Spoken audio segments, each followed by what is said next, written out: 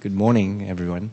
It's always fun to come here and speak to a wide range of audience. I noticed that there are a number of people who are probably new to Hong Kong or been to Hong Kong for quite a while. But I'd like to share with you my experience. My title is My Humble Experience from the University of the Main Board, as I've been introduced. My name is Jack. Currently, I'm the CEO of Perception Digital, which is listed on Hong Kong Stock Exchange. And also teach still part-time at the University of Science and Technology. I've been introduced about that. For those of you who are new to Hong Kong, this beautiful campus is indeed the campus of the Hong Kong University of Science and Technology. I joined the university in 1991 as one of the first faculty members of the university. This is a new university. We have been around for about 20 years. We have about 9,000 undergraduate students and 4,000 master and PhD students with about 500 teaching staff. I'm affiliated with the Electronic Engineering Department and now also the School of Business Administration. Some of you may be curious what Perception Digital really does. So I decided to go on our website and just pull a number of diagrams. We do so many things, it's sort of hard to talk about any individual thing, although I will emphasize one individual item later on, but to give you a glimpse of what we do, we own a brand name called 3Base. We introduced the world's first portable music players years ago. I believe when we introduced the first portable player, actually that was before Apple did. Of course they did a lot better than I did, or ever will, but that's life. But I'm still alive. I'm sorry. So we also do various electronics and also software. And lately we have been doing what we call the smart and intelligence cloud-based electronics items. To give you an example, in the middle of the diagram, there's a product called the Volcano, which allows you to stream your home TV signal to anywhere in the world, regardless of where you are, as long as you have 3G or Wi-Fi or internet connectivity. So you can change channel and watch TV anywhere you want. It has smart protocol so that you will always be guaranteed a certain quality of your TV signal. We also do, and my wife likes it, a Android box that's connected to your TV, so you can have all your smart phone experience, except that it's on your TV. And it comes in very handy, especially when watching video, such as YouTube, or listen to music, or internet radio, or even web browsing. Basically, it's a mobile phone, but it's connected to your TV. And of course, the price-wise is a lot lower than your mobile phone. We are one of the largest suppliers of several Fortune 500 companies in the world doing portable electronics. This year we shipped, I think, about maybe 2.5 million pieces of portable electronics. I'm going to talk about my business model in a bit. So our annual sales is about 60 to 80 million US dollars. We have more than 100 US patents, about more than 200 staff. My path to public listing is a little bit lengthier than other people. We started in 1999. We first got listed on the Growth Enterprise market, which is also known as the second board on Hong Kong Stock Exchange in 2009. And we finally got listed on the main board in 2010. Now, I know that this is a mouthful, especially if you are not really intrigued in technologies. But as you can see, what we basically do are technologies that are embedded in a piece of electronics and allow things like an apps to connect to the electronic item. And I like to use this as an example. I did bring a brochure. Some of you may not be able to see. This is a brochure of a product that I'm most proud of. As I was introduced, I was told that I did win a few awards, but I have to add that to the list, and this is my proudest award ever. Last month, I know some of you do play golf. Miraculously, I got a hole-in-one. And I'm probably one of the worst golfers in the world because at 156 yards, I grabbed the wrong club and used a 4-iron to hit 156 yards. And some of you who know how to hit golf, you wonder how I get the hole-in-one. But I was told a hole-in-one is a hole-in-one regardless. And I also miraculously bought the hole-in-one insurance. So not only did I get a hole-in-one, I also got an award. And my name is proudly displayed at the one of the golf clubs nearby. Though it's still very embarrassing to use a 4-iron 456 yards. But now, so why did I mention that? Because I want to explain to you a technologies that we're doing, which probably is easier for you to understand. This actually is probably in real size what we call a golf swing analyzer. The golf swing analyzer is just basically no more than the size of a coin that attached to the end of the golf club. And when you swing the golf club, actually captures about 10,000 data point of your golf club movement.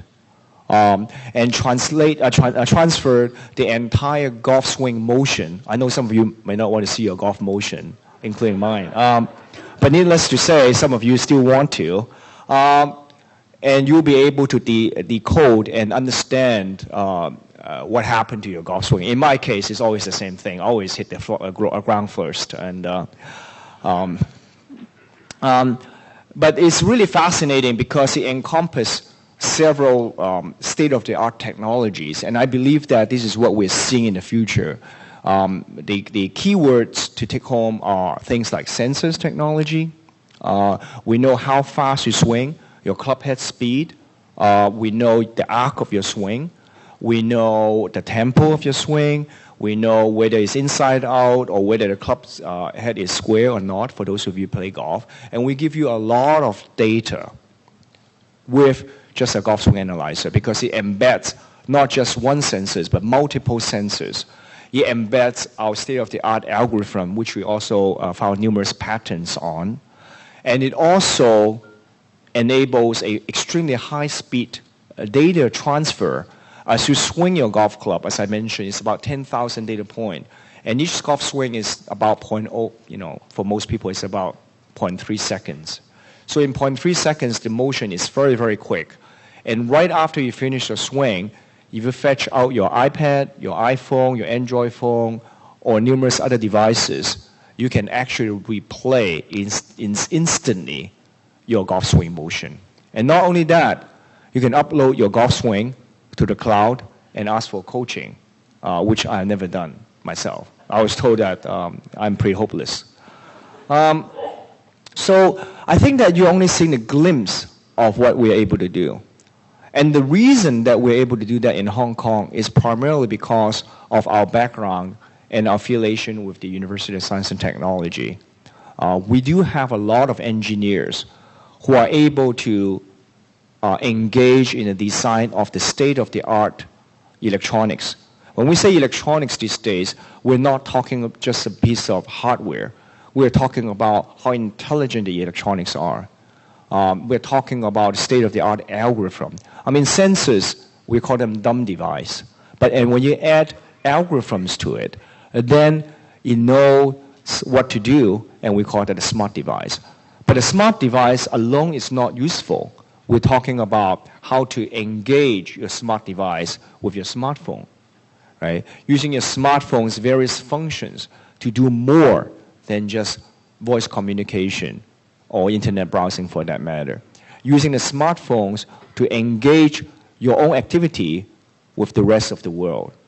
And the way we look at it is that we'll see more and more of that coming. And the easier place for it to happen is probably in sports world. But who knows, maybe in your new car, in your well-beings, and in various places. And I think that, frankly speaking, this is where Hong Kong needs to shine. If we talk about raw manpower and raw manpower per dollar, it's very difficult to compete with our neighbors up in the north. And the further north you get, the lower the cost it is. But we are here in Hong Kong, so the whole thesis of us surviving in Hong Kong or thriving in Hong Kong is about figuring out the need of the world and figuring out how to address those needs with special techniques, algorithm, digital signal processing. The algorithm I'm talking about, we also call it digital signal processing. Talking about the ability to do apps that engage with your senses. Probably this is the hardest thing to do, and I think that in order for us to continue, there's nothing more important than that. Eventually, we did go IPO. I'm going to talk a little bit about IPO for those who are new to Hong Kong. Hong Kong, it's one of the most vibrant public IPO markets in the world. I was told that in terms of dollar value, it's the highest indeed in the world, beating both the New York Stock Exchange and the London Stock Exchange. Of course, there's no small thanks to our neighbors in China or for the larger state enterprise who get listed in Hong Kong. But to get listing in Hong Kong is probably one of the simplest in the world and the cleanest. You get your 3-year statements. And the growth enterprise, which I first dabble on, requires only 1 year of track record and plus underwriter. But of course, when we did the IPO, we were already in the market for more than 10 years. But you could have gone onto the growth enterprise market and get trading. Now, the more interesting thing is that Hong Kong Stock Exchange has recently relaxed its rules. That after you have successfully get yourself listed on the growth enterprise market, which is the second board, if you so desire, you can move yourself up to the main board. Although the stock exchange didn't like the word moving up, but I think most people in the public consider the main board a little bit more prestigious, or trade volume-wise, a lot more than the secondary market, than the gem market. Now, in the past, you have to go through a whole new application process. But now, as long as you qualify for the profit test, which is 3 years of track record, I believe that if they haven't changed, the first 2 years, 50 million Hong Kong dollars, and the last year, I think 20 million Hong Kong dollars, then you can automatically, it's automatic that you get upgraded to the main board. Well, of course, with an application of some paperwork, but that paperwork, I believe, is no more than like 100,000 Hong Kong dollars. So in the scheme of whole things, it makes it extremely attractive. And of course, once you get to the main board, you can do all the things that a small enterprise may enjoy doing, including fundraising, and the elimination of personal guarantee at the banks, which for a lot of entrepreneurs, this is quite a bit of a problem if you engage in anything that requires commercial banking to support yourself. So I think that Hong Kong in the past past maybe 15 years has changed a lot. And recently, we're also moving our office from Wan Chai. I told George over there, I just sold the office. It turns out that although technology is very attractive, but somehow real estate is even more attractive. And it's increasingly difficult for me to justify to our shareholders why we are stationed in downtown Wan Chai. So we are about to move to the Science Park, which is a gem in the Hong Kong scientific community. They offer extremely good facilities. So we finally are moving there. So there are a lot of bits and pieces that we're taking advantage of the Hong Kong. Of course, you will hear about the low tax rate and all that, and the legal systems. But I think in terms of technologies, other than what the other two speakers have mentioned about, it's extremely interesting. So normally when you see a lady coming up with a sheet of paper and it's time is up or the lunch is ready. So to give you an idea of our business model, just to quickly sum up the presentation, we call ourselves the design supply chain management model. We do the R&D, we do the product design, we have people to do the rendering. We may engage with experts in the industrial designs. We optimize the manufacturing. We even have after-sales service. But then we don't own any factory. That's very important. As a Hong Kong company, I think it's increasingly difficult for us to manage a mainland Chinese factory, even though it's only 40 miles away. But the laws and the regulations and all that are very different. And then we charge people royalty income, or we charge people the sales of the products when we receive a purchase order. To give you an idea, because this is publicly stated, from the year 2007 to 2009, our royalty income total about 127 million Hong Kong dollars. In 2010, our royalty income reaches about 50 million Hong Kong dollars. And since 2007 to 2009, we have shipped, today we have shipped about maybe 23 million units of products of various kinds. So the last slide I do want to show is, again, is for those of you who want to play golf and decide that it's about time to learn how to swing better. Feel free to look at our 3Base GSA website, and there are plenty of videos and testimonial from golf pros. And hopefully one day you'll join my elite club of hole-in-one, but not knowing what I do. Thank you very much.